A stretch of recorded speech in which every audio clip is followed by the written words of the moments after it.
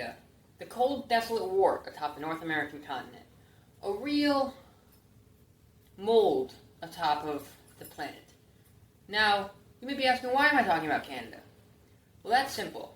This past week, American theaters such as AMC have reopened to the public. And this is fine and all, except for one missing film. In the Canadian film market, a film called Spongebob, Sponge on the Run, is being premiered to critical success. Where in the American industry, we have to wait until 2021 to watch it on CBS All Access, a streaming service I don't have any intention of paying for, and I'm sure you're all in the same boat. So, in spite of SpongeBob 3, I am officially declaring war on Canada. What? I'm not allowed to do that?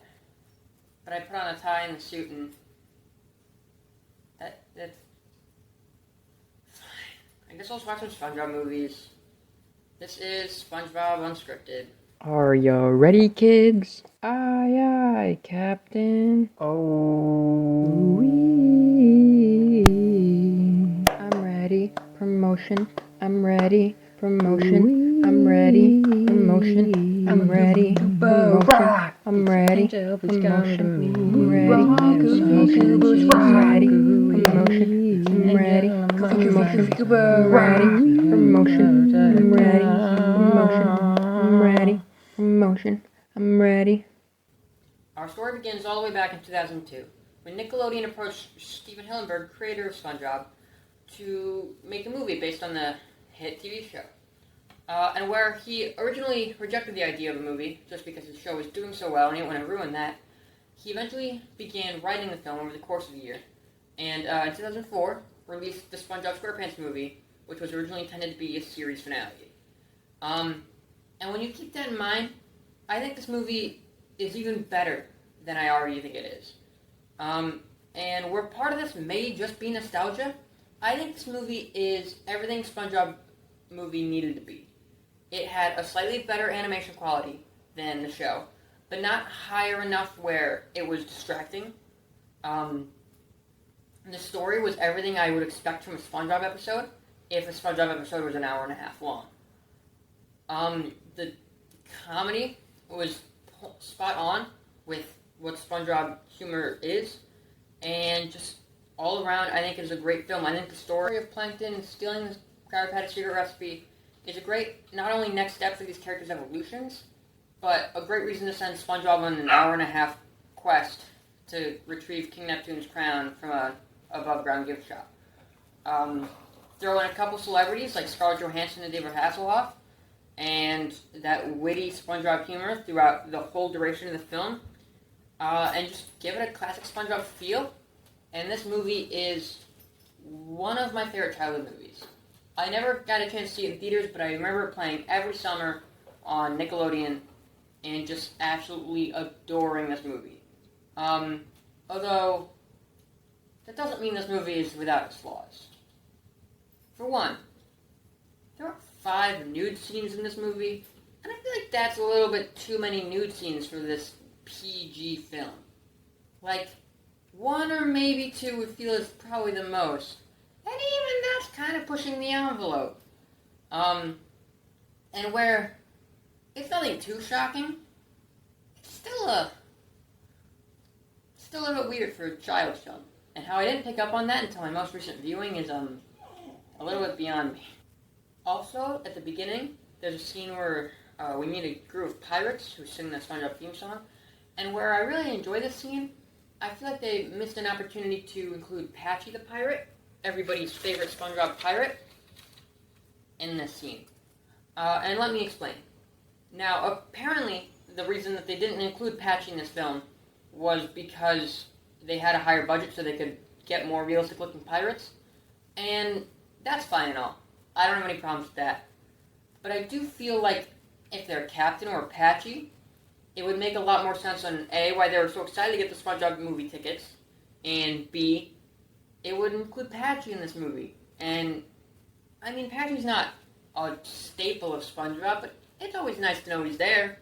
And I feel like both these movies had pirates in them, and neither one of them, including Patchy, is a little bit of a betrayal to Patchy as a character. But moving on from that, I think overall this movie was really good. It had some great musical numbers, from the Goofy Goober Rock song to Now That We're Men. The Krabby Patty car is an iconic part of movie history. Sesame seed finish, steel-belted pickles, grilled leather interior, and under the hood, a fuel-injected French fryer with dual overhead grease traps. Wow. Yeah, wow. Hey, I thought you didn't have a driver's license. You don't need a license to drive a sandwich. Just overall, a great children's movie, and I think it's everything that SpongeBob movie needed to be. Which brings us to SpongeBob 2, Sponge Out of Water. Now, I didn't see this movie in theaters, although I initially wanted to. The day after it came out, I heard a lot of negative things from friends, just saying that it was a lot of false advertising and it wasn't very funny, or just really entertaining at all. And I definitely didn't think they were lying to me. I just didn't quite understand to what depth that meant. And, obviously over the years, this is one of the most notoriously, most lied about films through the trailers.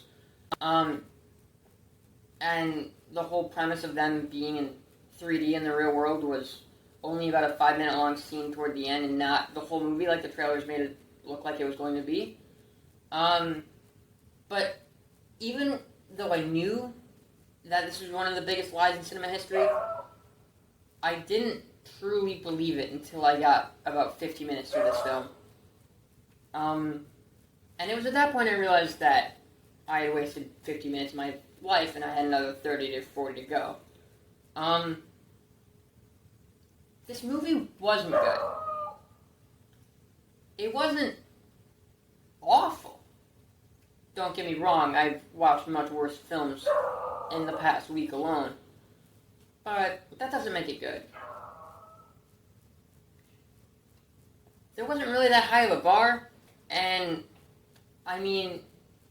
for the most part, this felt like a really long episode of the Fun Song episode from one of the earlier seasons where Plankton learns to have fun via SpongeBob.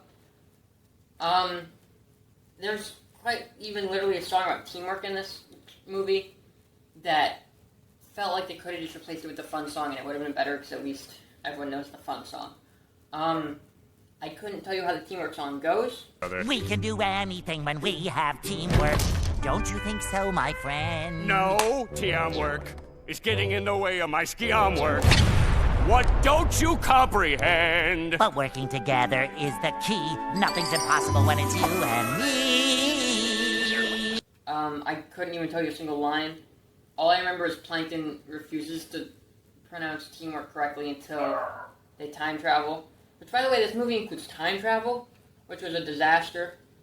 Every time they time travel in this movie, I really enjoyed the shots of them going through time, where it's kind of 3D, but it's still mostly 2D, and it's these weird, trippy spirals, and them being morphed from shape to shape. Cheese!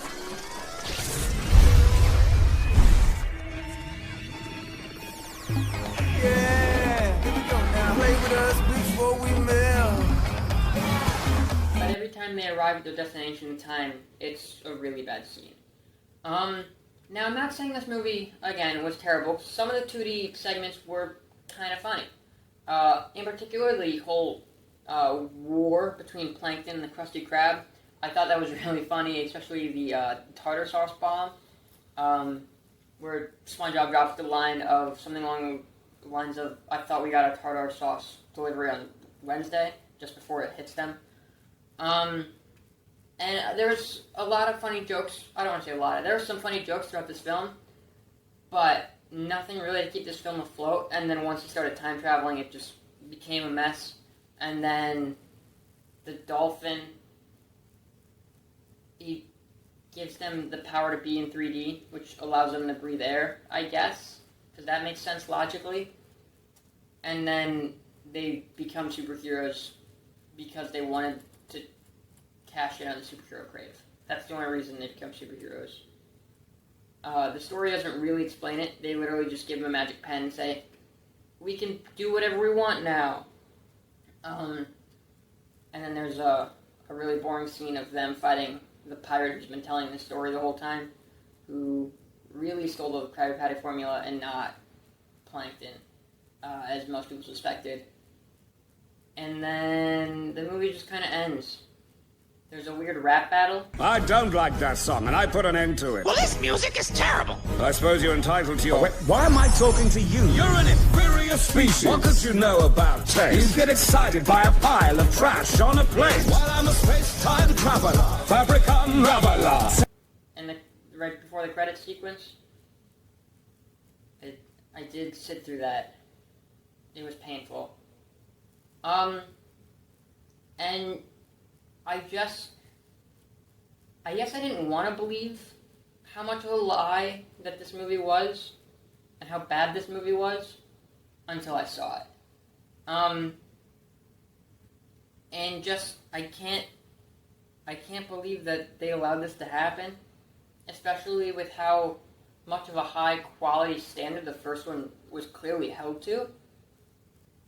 This one was just a mess, writing-wise. The animation looked too professional in the 2D parts, where it actually took away from the feeling of the Spongebob. And then, anytime there's 3D animation, the seagulls or them as superheroes, it was very cheap, and it didn't look finished at all. And it really, I feel like if they would have just balanced that out a little bit more, I feel like the 2D animation didn't have to look a whole lot better in the show. I think what I like about the first movie is the animation is definitely higher quality, but not distractingly high quality. But, I mean, other than that, there's not a whole lot to say about the movie. Everyone knows it's one of the biggest lies in cinema history, and, I mean, that's the only really thing I have to describe this movie. I don't remember what happened, and I watched it yesterday. The Krabby Patty secret formula disappears, and then the world goes into an apocalypse. Without any transition. Quite literally. It is a roller coaster, writing-wise, but emotionally you never get attached. And, I mean, that's the most I can say about this movie. So, I guess now it's time to rank them amongst their peers. Our 3 categories this week are going to be the same for both movies: humor, respect to the source material, and, as always, entertainment. So first we have the SpongeBob SquarePants movie. This movie, for humor, is getting a 3 out of 5 because, as I said, a lot of the jokes are really funny, and a lot of this movie was very, very charming and fun to watch as a kid. But I think part of the reason I enjoyed so much of it now, comedy-wise, was just because of the nostalgia of some of these jokes. Again, I watched this movie probably once a year as a kid, so where I don't have this movie memorized at all, whenever I see some of these scenes, I go, oh yeah, I know what's going to happen now. And I think that was probably part of the reason I enjoyed it as much as I did. And I'm not saying it's a bad movie by any means. I think I probably gave it too much credit in my head, so that's why I'm giving it a 3 out of 5. For respect to the source material, obviously it's getting a 4 out of 5. It took a little bit of liberties, but I think also those liberties were necessary to make for this movie, so I'm not necessarily criticizing it on those liberties. I just, obviously, it strayed a little bit from the show. But with that being said, it was very much a long hour-and-a-half episode of the show, and I mean, if you showed me that in 3 different parts and told me it was like a 3-part special they aired in 2004, and I didn't know that was the movie, I wouldn't have been surprised. And then for entertainment, I'm once again giving it a 3 out of 5, just because, again, I loved it all the way through, but I think part of that may also be nostalgia, because I know, as talking to people while making this video, I know some people said they just didn't like the movie because they could never really get into the character. So I think it really just is, if you grew up on SpongeBob, you're going to like this movie. If you didn't grow up on SpongeBob, this is an hour-and-a-half episode of SpongeBob, so if you don't like SpongeBob, you're not going to like the movie. Sorry. which overall leaves that with an 11 stars. Wait, 10 stars out of 15. And then next up we have SpongeBob 2, Sponge Out of Water.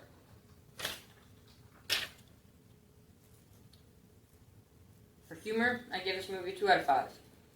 When this movie nailed the jokes nailed. The problem was, it didn't do this consistently enough or to warrant anything higher than a 2. I laughed when it wanted me to laugh, or when I laughed hard, but there was also a lot of jokes that just weren't funny or just flew under my bar of being comedy, even for a kid's movie. Respect to the source material, I'm giving this movie a 1. It really